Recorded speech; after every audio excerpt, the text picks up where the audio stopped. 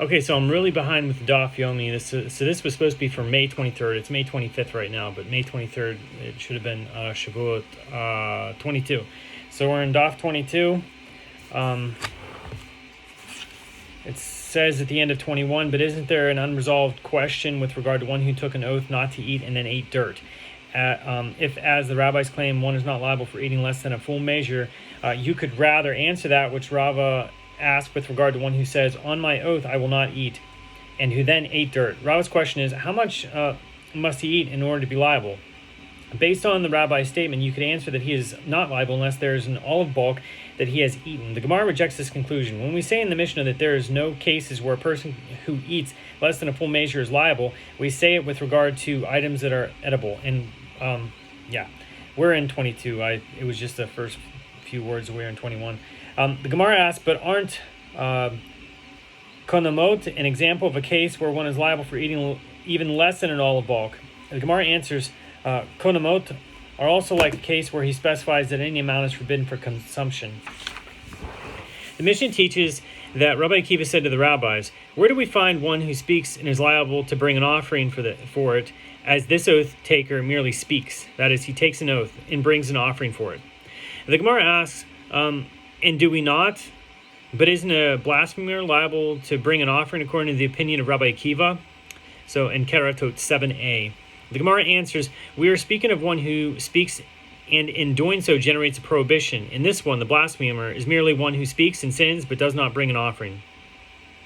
The Gemara challenges, but doesn't a Nazarite render wine forbidden to himself through speech by making a vow? And he does bring an offering. The Gemara answers, we are speaking of one who brings an offering specifically for his speaking. In this one, the Nazarite brings an offering at the end of his Nazariteship in order to permit wine to himself. The Gemara challenges, but isn't consecrated property a case where one renders an item forbidden via speech alone and brings an offering for its misuse? The Gemara answers, we are speaking of one who by speaking generates a prohibition for himself and nevertheless brings an offering. In this one, who consecrates an item, generates prohibition for the whole world. The Gemara challenges, aren't konomot an example of a case where one renders an item forbidden to himself by speech alone and brings an offering for using it? The Gemara answers, Rabbi Akiva holds that there is no prohibition of misuse of consecrated property with regard to konomot. Rava says the dispute between Rabbi Akiva and the rabbis with regard to where one took the oath without specifying that he is liable for eating any amount. But in a case where he specifies that his oath applies to any amount, everyone agrees that he is liable for eating any amount.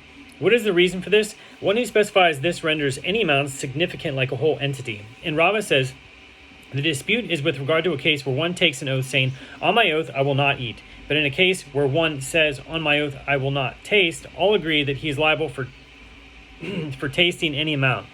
The Gemara asks, isn't it obvious that he is liable in that case? Tasting has no defined measure. The Gemara answers, Rava nevertheless taught it, lest you say that even if one takes an oath, saying, I will not taste, he is liable only if he eats an olive bulk, as people say, to taste, as a way of saying to eat. Therefore, Rava teaches us that this is not the case.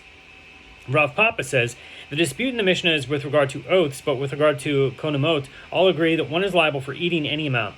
What is the reason for this? Indeed, with regard to konomot, since in the vow he did not explicitly mention eating, which has a defined measure, but only that the item is forbidden to him like an offering, it is as if he specified that he is liable for eating any amount. The Gemara raises an objection from that which is taught in Braita. Items that are forbidden by two konomot combine to produce a full measure for which one is liable. Items forbidden by two oaths do not so combine. Rabbi Meir says items forbidden by konomot are like those forbidden by oaths. The Gemara explains the objection. And if it enters your mind that with regard to items forbidden by konomot, one is liable for eating any amount, why do I need them to combine? The Gemara answers, they combine in a case where he said, eating from this one is a konam for me. Eating from that one is konam for me. Since he explicitly mentions eating, he's not liable unless he eats an olive bulk.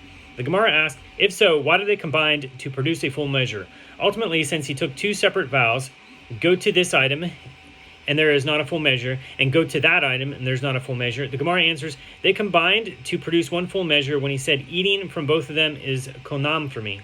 The Gemara asks, in the corresponding situation with regard to oaths, where he said, on my oath, I will not eat from both of them, why do they not combine? So Rav Pinchas says, oaths are different, since two items that are forbidden by a single oath are distinct with regard to sin offerings, and that one is liable to bring a sin offering for eating each one, so too eating a small amount from each does not combine in order to produce a full measure. The Gemara asks, if so, how did Rabbi Meir say that items forbidden by konamot are like those forbidden by oaths and do not combine to produce a full measure? Granted that items forbidden by oaths do not combine, since they are distinct with regard to sin offerings. But why do items forbidden by konamot not combine? The Gemara answers, reverse the language so that the Braita has Rabbi Meir say items forbidden by oaths are like items forbidden by konamot. Neither combines to produce a full measure, and Rabbi Meir does not accept the statement of Rav Pinchas that items forbidden by oaths are different. Okay, Ravina said, when Rav Papa says that one is liable for eating any amount of an item forbidden by konamot, that is with regard to the matter of lashes. When it is taught in a Braita that items forbidden by konamot combine to produce a full measure, that is with regard to the matter of an offering for misuse of consecrated property, whereas we require that one derive benefit equal to the value of one peruta, or that's just like the smallest coin, from the forbidden item. The Gemara asks, is that to say that the sages hold that the halachot of misuse of consecrated property extend to items forbidden by konamot? But isn't it taught in a Braita, if one said, this loaf is consecrated, and subsequently ate it, and then either he or another who ate it is liable for misusing consecrated property. Consequently, since the loaf is consecrated, it is subject to redemption. If one said, this loaf is forbidden to me as if it were consecrated, that is, it is konam for me, and then he ate it, he is liable for misusing consecrated property, but another is not liable for misusing consecrated property. Consequently, since the loaf is not fully consecrated, it is not subject to redemption. This is a statement of Rabbi Meir. So, and the rabbis say, both he and the other are not liable for misusing consecrated property because there is no prohibition of misuse of consecrated property with regard to konamot. And konamot is spelled kuf vav nun mem vav tav, if you want to look that up. So the Gemara responds, reverse the opinions and say as follows, both this one and that one are not liable for misusing consecrated property, because there is no prohibition of misuse of consecrated property with regard to konamot. This is the statement of Rabbi Meir, and the rabbis, that's the majority, the rabbis say he is liable for misuse of consecrated property, and the other is not liable for misuse of consecrated property. The Gemara asks, if so, how is it that Rabbi Meir says in the previous Baraita, items forbidden by konamot are like those forbidden by oaths? Items forbidden by konamot do not combine to produce a full measure that renders one liable for misuse of consecrated property. But this includes that misuse of consecrated property nevertheless applies to them. But doesn't Rabbi Meir say, according to the reversal of the opinions that were with regard to konamot, there is no prohibition of misuse of consecrated property at all? The Gemara answers, when Rabbi Meir says that items forbidden by konamot do not combine to produce a full measure, he is saying this to the rabbis in accordance with their statement as follows. According to my opinion, with regard to konamot, there is no prohibition of misuse of consecrated property at all. According to your opinion, at least it meant to me that items forbidden by konamot are like items forbidden by oaths and do not combine to produce a full measure. In the rabbis, that's a question. In the rabbis, question mark. They explain that with regard to items forbidden by oaths, one should apply the reasoning of Rav Pinchas that since two items that are forbidden by a single oath are distinct with regard to sin offerings, they do not combine in order to produce a full measure. With regard to konamot, the reasoning of Rav Pinchas does not apply. Rava says that if one said, on my oath I will not eat, and then he ate dirt, he is exempt, because eating dirt is not considered to be eating. Rava raises a dilemma. If one says, on my oath I will not eat dirt, how much dirt must he eat in order to be liable? Is the halacha that since he said, I will not eat, meaning dirt, his intention is that the prohibition applies to an olive bulk? That is the standard measure for prohibitions with regard to eating. So, or perhaps since dirt is not something that people eat, he is liable for eating any amount. The Gemara concludes, the dilemma shall stand unresolved. Rava raises a dilemma. If one says, on my oath I will not eat a grape seed, how much must he eat in order to be liable? Is the halacha that since it is ordinarily eaten in a mixture that is part of a grape, his intention is that the prohibition applies to a complete olive bulk measure of grape seeds? Or perhaps since people do not eat it by itself, but always in a mixture, his intention is to be liable for eating any amount. The Gemara concludes, the dilemma shall stand unresolved. Rav Ashi raises a dilemma. In the case of a Nazirite who says, on my oath I will not eat a grape seed, how much must he eat in order to be liable? A Nazirite is prohibited from eating grape seeds, according to Numbers 6:4. So is the halacha that since eating an olive bulk is a prohibition by Torah law, when he takes an oath of this sort, he is taking the oath to prohibit that which is permitted to him, and his intention in taking the oath is to prohibit eating any amount? Or perhaps since he said, I will not eat a grapeseed, his intention is that the prohibition applies to an olive bulk, which is the standard measure for what is considered eating. The Gemara suggests Tashama, coming here from a Mishnah, that's 22b, with regard to one who said, on my oath I will not eat, and then ate the meat of unslaughtered carcasses or treifot, repugnant creatures or creeping animals, he is liable. And Rabbi Shimon deems him exempt. And we discussed it. Why is he liable for violating his oath when he eats non-kosher food? He is already under oath from Mount Sinai not to eat forbidden food, and an oath cannot take effect to prohibit that which is already forbidden. So Rav and Shmuel and Rabbi Yonatan Rav and Shmuel and Rabbi Yochanan will say that this is a case where he incorporates into the oath that he will not eat some permitted items along with the statement concerning the forbidden items. Since the oath takes effect with regard to the permitted items, it extends also to the forbidden ones. And Reish Lakish says, you find that one is liable for eating non-kosher food after taking an oath not to eat only if it is both a case where he specifies the oath that his oath includes a half measure in accordance with the opinion of the rabbis, meaning the majority, that one is not liable for eating a half measure unless it is specified in the oath. Since eating a half measure is not prohibited by the Torah, the oath takes effect. Alternatively, you find that one is liable if he took an oath without specifying that the oath prohibits less than the usual measure, in accordance with the opinion of Rabbi Akiva, who says that a person renders himself prohibited from eating any amount by taking an oath not to eat. The Gemara comments, but isn't a carcass an animal for which one is already under oath from Mount Sinai? In that respect, it resembles a grapeseed for a Nazirite, and yet the reason that Reish Lakish says he is liable according to the rabbis is that he specified that the oath prohibits him from eating even a half measure, indicating that if he did not specify, his intention is that the oath referred to an olive bulk. Conclude from it that a Nazirite who takes an oath not to eat a grapeseed is liable only if he eats an olive bulk. The Gemara asks, but according to this, resolve the dilemma that Rava raises with regard to one who says, on my oath I will not eat dirt, asking how much he must eat in order to be liable.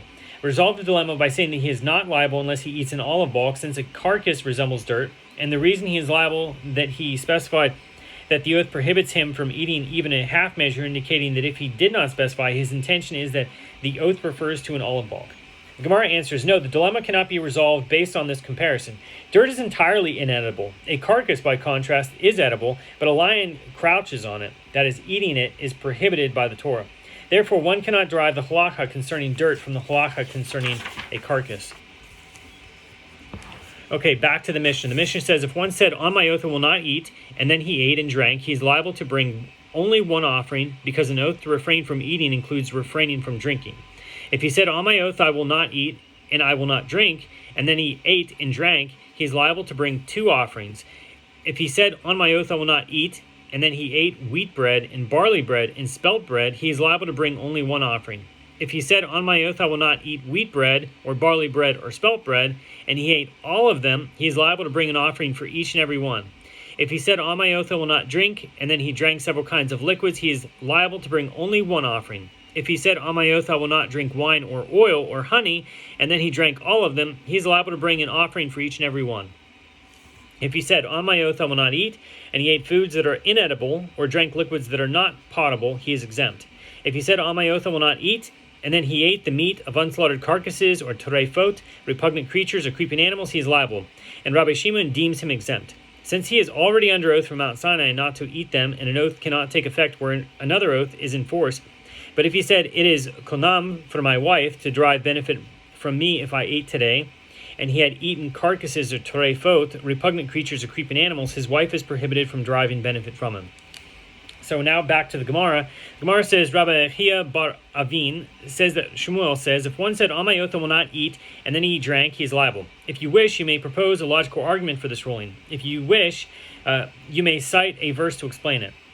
The Gemara explains, if you wish, you may propose a logical argument for this ruling. It is clear that drinking is included in eating from the fact that a person will say to another, let's have a taste of something, and they go in and eat and drink. And if you wish, cite a verse as the source for this ruling. As Reish Lakish says, from where is it derived that drinking is included in eating? It is derived from that which is stated, quote, and you shall eat before the Lord your God in the place that he shall choose to cause his name to dwell there, the tithe of your grain, your tirosh, and your oil. So tirosh is a type of wine, I believe. What is the specific type of wine? It doesn't say. I'm looking in the comments, but I can't remember it's this specific type of wine. All right, well, that's it for 22. And I want to make a comment. So Shavuot is coming up, and in the Torah, it's a one-day holiday. And basically in Galut, so in exile here, like where we're at in Missouri, it's a 2-day holiday. And sometimes people have problems with observing a 2-day holiday. And I want to point out something that's... so people look for explanations for this.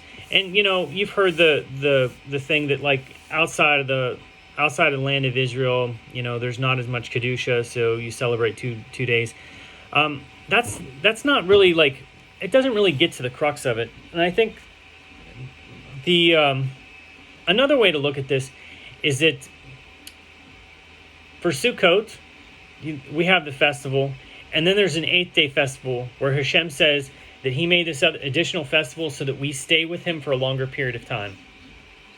And here we are in Galut, where we're further away from, Eretz Yisrael and everything else and all the holiness that's there. Even though Hashem is with us everywhere we're at. But this is our opportunity to extend the holiday another day, to be with him, to be with Hashem one more day. So this year, think about it that way. Just like Hashem gives us an extra holiday to be with him longer. So with these other holidays, we extended a day so that we can be with him longer. It's just like when you have a relative or somebody that you love from a distant, they come and they visit you, and they want to stay just one extra day, and sometimes they want to, you just want to extend it even more. And that's what it is. So just think about it that way. Hashem blesses people for the good that they do and the extent that they go out and they express love, respect for Hashem. So enjoy it. So anyway, that's it for Daf 22.